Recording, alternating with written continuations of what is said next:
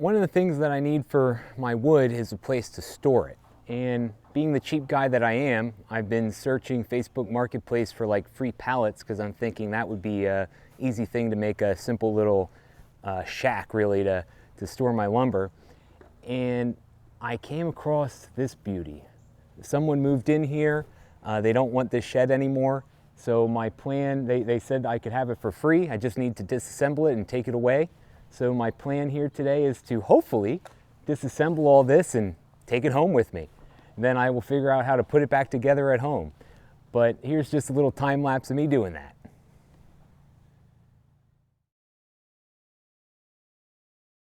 Okay, hopefully this makes sense. I'm going A, B,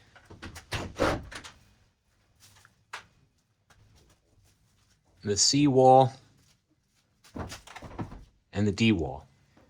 And on the interior, it goes from 1 to whatever number it gets to, 1 to whatever number it gets to, and it keeps doing that all the way around. A little confusing from working on the outside, so I'll try to do everything from the inside to keep it, 1 is 1 and 5 is 5 or whatever. And for the different pieces that are obviously different, it's just, D1, 2, 3, 4. And that should just line up how it lines up. And we'll figure it out when I have to take these boards off inside here. But that's the plan.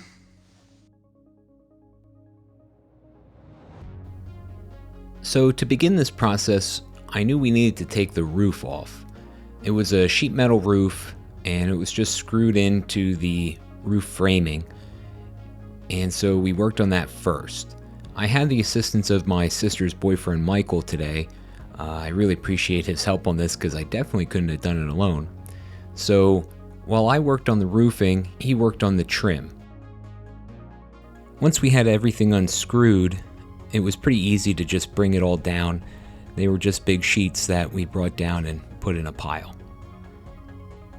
The building of this shed was definitely one of those things where some of the parts were bought and then some of the parts were just stuff that the previous owner had lying around. And it was actually really well constructed, but at the same time, some of the pieces that were used were kind of random. But you can tell this guy knew what he was doing because he put a vapor barrier between the sheet metal and the wood framing on the top, which if I was just making something like this, I probably wouldn't have thought of. Okay, this is what the roof looks like right now. Hi. Hello, Michael.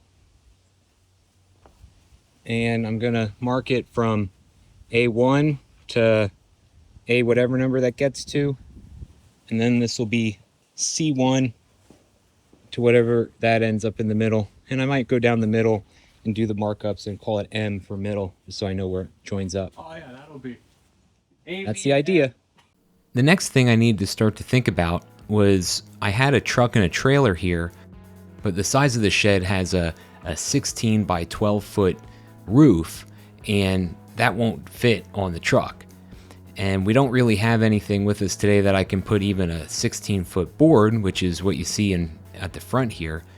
And I started to think about, well, I gotta cut this somewhere.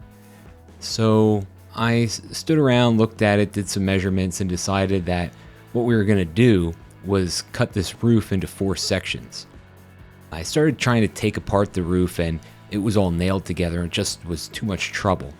So that's what we ended up doing. And while I played around with the idea of taking things apart and everything, I had Michael take apart the walls, which fortunately were just screwed in, so that came off pretty easily.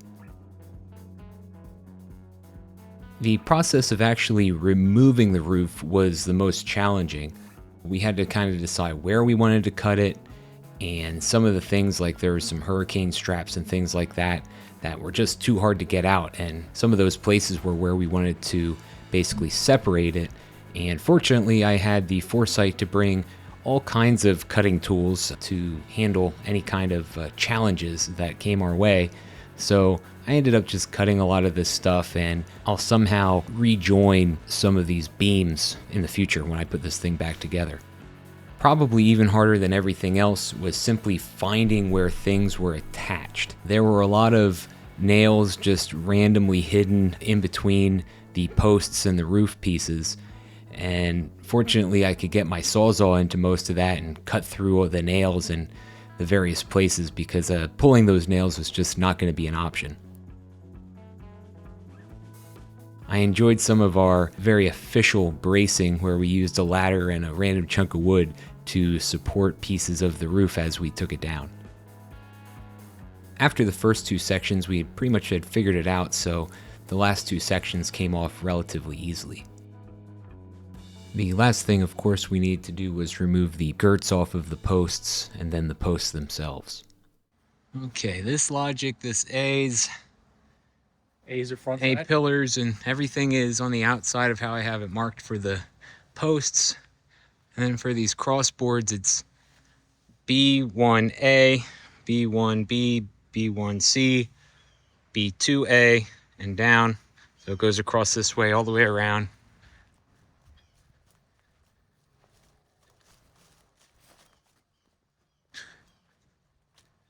And something like that. The girts were just nailed to the posts, and we found that just knocking them out from behind and using a pry bar here and there was the best way to go about it. We didn't take the nails out here because it was just not worth the time. That was something I could do by myself at home. So we just made a big naily pile and continued on our way. The last challenge that we had was to remove the posts themselves. And one of the problems that I'm going to have putting this thing back together is I didn't intend to take the cinder block base, but the posts were actually kind of trimmed and stuck down in the holes of the cinder blocks.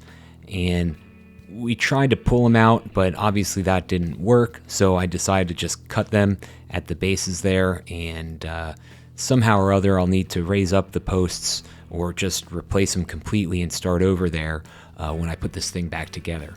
But it is what it is, you know, all this material is free, so I might have to invest a little bit in the reconstruction of this shed.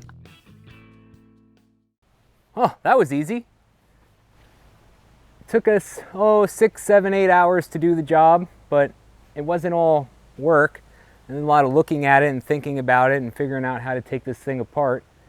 But it's apart now, so now I'm figure out how I'm going to put it back together at my place to store my wood. I might just use the roof because the sides are very creatively created, but we'll see what happens. If not, if I don't use the sides, it'll just be random scrap wood to use here and there. But that's it for now. And that's how to turn a shed into a big pile of lumber and other stuff. Yeah, how to transport a shed and your tools. Now, hopefully we will make the journey home without incident. Thank you, Michael. Oh, in the next video I get a little carried away with where I'm going to put this shed, so now I'm clearing land to make a shanty town.